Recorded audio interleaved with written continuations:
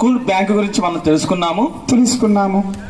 మరి ఒకనప్పుడు మీ భక్తుడి గురించి చెప్పారు కదా స్వామి. నిత్యము నా భక్తుడు అమ్మ లక్ష్మీదేవిని పూజిస్తుంటాడు. అతని గురించి కూడా ఒక చిన్న వరం ఇవ్వాలి స్వామి. మీ భక్తుడికి వరం ఇవ్వాలంటావు? అవును. అయితే ఒకసారి మీ భక్తుని చూడాలి కదా నేను? అవును, చూడాలి కదా. అవును స్వామి. మరి చూసేద్దాం ఒకసారి. భూలోకంలో మీ భక్తుడు ఎక్కడున్నాడో? భూలోకంలో ఉన్నాడు నా భక్తుడు. చూపించమంటావా? మరి అదిగో నా భక్తుడు స్వామి.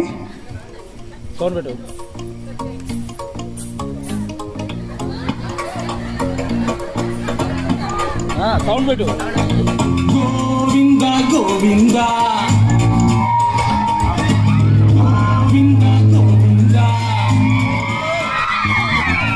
నుదుటి రాతను మార్చేవాడా, ఉచిత సేవలు చేసేవాడా, లంచమడగని ఓ మంచివాడా, లోకమంతా ఏలేవాడా,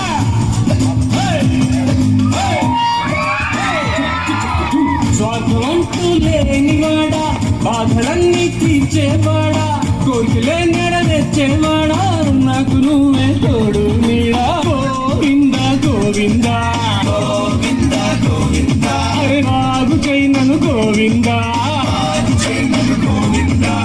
జూబ్లీ హిల్స్ లో బంగ్లా ఇవ్వు, లేనిచో హైటెక్ సిటీ ఇవ్వు, హైజాక్ అవ్వని ఫ్లైట్ ఒకటి ఇవ్వు, వెంట తిరిగే సాటిలైట్ ఇవ్వు, పనికి రాని చవటలకిచ్చి పరమ ఫేమస్ గాళ్ళకిచ్చి, నాకు ఎందుకు ఈయము పిలిచి కోట్లకి అధిపతి చేయరామచ్చి. గోవింద గోవింద బాగు చైనను గోవింద, పైకితే నన్ను గోవింద గోవింద గోవింద. లక్ష్మీదేవి. హలో, ఎక్కడున్నావు తల్లి? లక్ష్మి లక్ష్మి అంటూ నిరంతరం నీ నామం జపిస్తూ, అష్టాక్షరి మంత్రాలు జపిస్తూ, కనకధార స్తోత్రాలు చదువుతూ నీ రాక కోసం 1000 కళ్ళతో వెయిట్ చేస్తున్నానమ్మా. ఎక్కడున్నావు తల్లి?